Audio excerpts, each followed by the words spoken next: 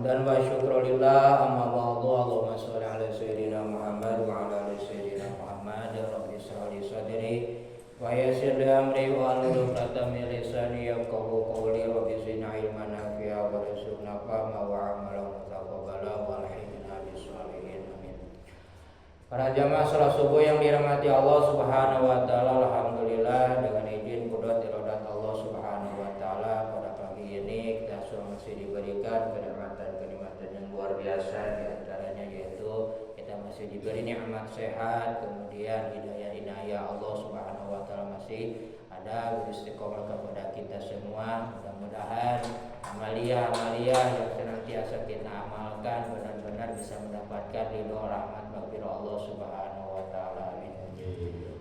Para jamaah salat subuh yang dirahmati Allah Subhanahu wa taala, kejadian kemarin yaitu tentang masalah kurban akikah Indonesia. Insyaallah pagi ini masalah kita bisa warung masalah ini apa?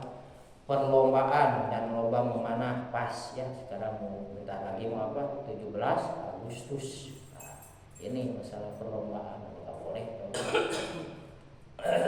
A'udzubillahi minasyaitonir rajim. Wa qala musannifu rahimallahu taala wa nafa'ana biqauli nabi asrarihi.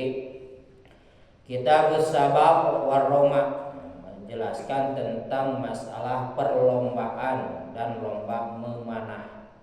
Watasihu hukumnya sah apa al-musabaqatu, yaitu masalah perlombaan alat dawabi, terutama di atas binatang tunggangan, wal munawalati, dan masalah apa lomba memanah bisaham dengan apa anak panah.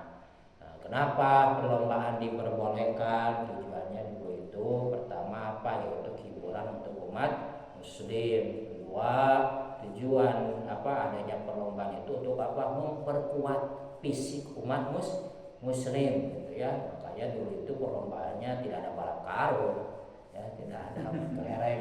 Perlombaan seperti apa, berbola, kemudian balap lari itu kuat fisik, ketika berperangan kuat. Kemudian apalagi catur, itu strategi perang, paling ada catur itu catur. Kemudian apalagi memanah, terutama ya lomba memanah itu ketika umat muslim diserang kita sudah apa kuat, karena dengan perlombaan itu biasanya apa semangat gitu untuk melatih fisik, karena ada apa nanti iwan itu apa sebuah hadiah gitu ya. Semangat umat muslim dulu itu ada perlombaan itu dan diperbolehkan oleh Rasulullah. Idza kanat di mana bukti, tapi sekarang itu musabaqah itu ada kepada Quran ya. Sekarang musabaqah tilawatil Quran. Kalau niatnya musabaqah Al-Quran itu haram, tapi kalau niatnya syiar Islam insyaallah halal. Tapi kadang-kadang ya setidaknya apalagi kalau kalah suka ada gitu. Apa istilah bahasa Sunda mendengkel ya dalam hati. Kalau kalah biasanya kalau baca Quran. Kalau niatnya musabaqah haram gitu, karena ayat Allah itu tidak boleh apa diperlombakan. Tapi kalau niatnya syiar gitu insyaallah. Idza kana terkala bukti apal al-musafatu udah jelas apa jarak sasarannya udah apa maklumatun dijelaskan. Ketika misalnya lomba memanah jaraknya sekian meter udah ada kelihatan apa tanda-tandanya. Kemudian wasifatul munadolati, dan apa perlombaan yang sudah ada apa aturan perlombaannya ada ya, begini aturannya misalnya ya, seperti sekarang mungkin kalau misalnya lomba balap karung kelereng itu apakah boleh aja sebetulnya ya. Nah, sekarang yang tidak boleh itu menjadi haram apa, yang menjadi haramnya itu meninggalkan apa ibadah. Kadang-kadangnya kalau disibukkan ngurusin perlombaan mengikuti sampai meninggalkan salat, itu yang menjadi haramnya. Nah, untuk aturannya harus ada, perlombaan itu maklumatun dijelaskan. Kemudian wayakhruju, dan mengeluarkan apa al-iwadu hadiah dari siapa, ahadul mutasabaqain, salah satu dari apa pesertanya gitu ya. Salah satu pesertanya harus melakukan pengeluaran gitu ya, tidak boleh hatta inau, sehingga seluruhnya ida subikota sekala dikalahkan dari salah satunya istarodohu, maka menariklah itu apa iwan tersebut atau hadiah tersebut. Wa in subiko, itu mengalahkan. Wa in subiko, seandainya dikalahkan, ahaduhu, maka mengambil siapa sahibul lahu yang menjadi juaranya itu perlombaan tersebut. Wa in akhrajahu, seandainya mengeluarkan ma'an, bersamaan, ada dua peserta, dua-duanya mengeluarkan misalnya untuk lomba, lam yajzi, maka tidak sah lombanya, illa ayyudkhala bainahuma, kecuali ada orang ketiga yang memasuki perlombaan tersebut, muhalalon, yaitu orang ketiga. Fa in sabaqo, seandainya mengalahkan itu siapa muhalil orang ketiga, ahdul ihbad, maka mengambillah kepada hadiah tersebut. Jadi orang ketiga itu tidak istilah sudah udunan, tahu udunan Mas? Patungan, gak ikutan orang ketiga mah, cuma 2 orang. Jadi yang orang ketiga enggak. Kalau seandainya orang dua-duanya ikut patungan dalam lomba misalnya, karena harusnya salah satu yang juara baru dikasih oleh yang kalah. Tapi ini dua-duanya sudah mengeluarkan patungan, maka harus ada orang ketiga. Kita menjadi peserta kembali. Wa in sabaqo, seandainya dikalahkan dari muhalil itu, lam yujab, maka dia itu tidak usah patungan. Makanya tidak usah patungan orang ketiga mah. Kalau seandainya tidak punya modal ikut lombaan jadi orang ketiga gitu ya, maka tidak usah ikut patungan kalau misalnya 3 peserta. Bagaimana kalau pesertanya banyak? Itu biasanya patungannya banyak gitu ya. Ini mah kalau seandainya dalam 2 peserta gitu. Kalau misalnya banyak, kan itu pun termasuk kembali wasifati modalolati, tergantung aturan perlombaannya. Tapi karena sekarang gini suka jadi haram itu dia tidak ikut lomba, tapi suka judi, itu udah jelas ya, suka taruhan gitu kan, itu judi udah jelas. Tapi kalau dia ikut lomba itu tidak judi. Kalau ikut lomba kan dia cuma menonton saja, tapi taruhan itu jelas judi itu diharamkan. Kemudian kitabul aiman, masalah sumpah, wan nuzuri, dan masalah nazar. La yatakidu al yamin, tidak bisa menjadikan sumpah illa billahi ta'ala, kecuali dengan ada Allah subhanahu wa ta'ala. Jadi ada bahasa Arab itu yang dipakai huruf sumpah itu 3, wawu, wa, ta. Jadi harus ada kalimat wallahi atau billahi, tallahi kalau bahasa Arabnya. Kalau bahasa kita demi Allah gitu ya, ketika melakukan sumpah.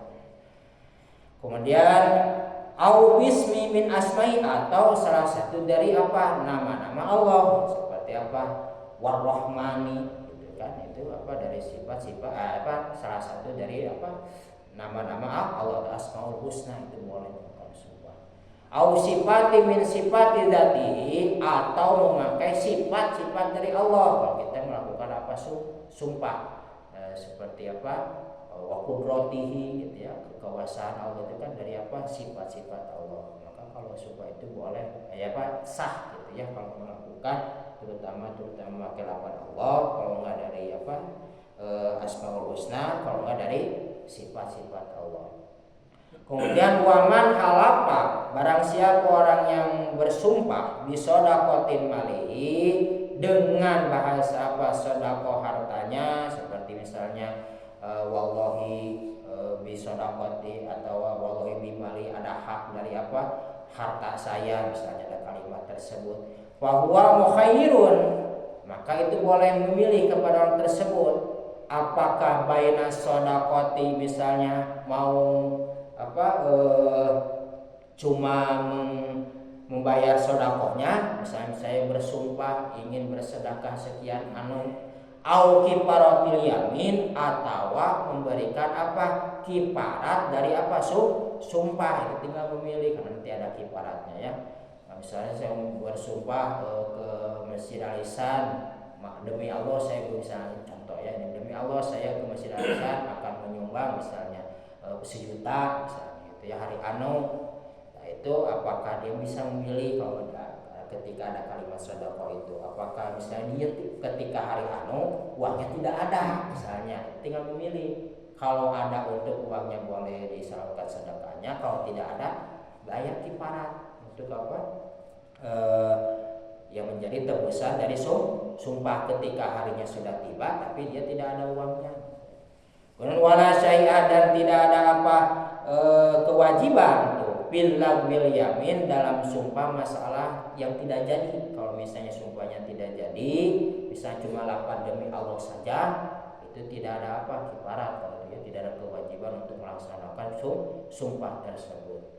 Kemudian waman halafa dan barang siapa orang yang bersumpah Allah yang ala kemudian tidak mengerjakan syai'an sedikit juga masalah sumpahnya pak amaro maka dia merintah wairuhu keselian orang tersebut yang bersumpah bipilihi untuk mengerjakan sumpah tersebut lam yahnas maka dia tidak melanggar sumpah tersebut. Misalnya dia bersumpah ingin memerdekakan abid atau mau tadi dia bersedekah kebetulan dia sakit pas hari anunya maka boleh diwakilkan ya kepada orang lain. Jadi menyalurkan sedekahnya tidak oleh orang tersebut dan mewakilkan kepada orang lain itu tidak melanggar sumpah. Dia tidak usah bayar kifaratnya.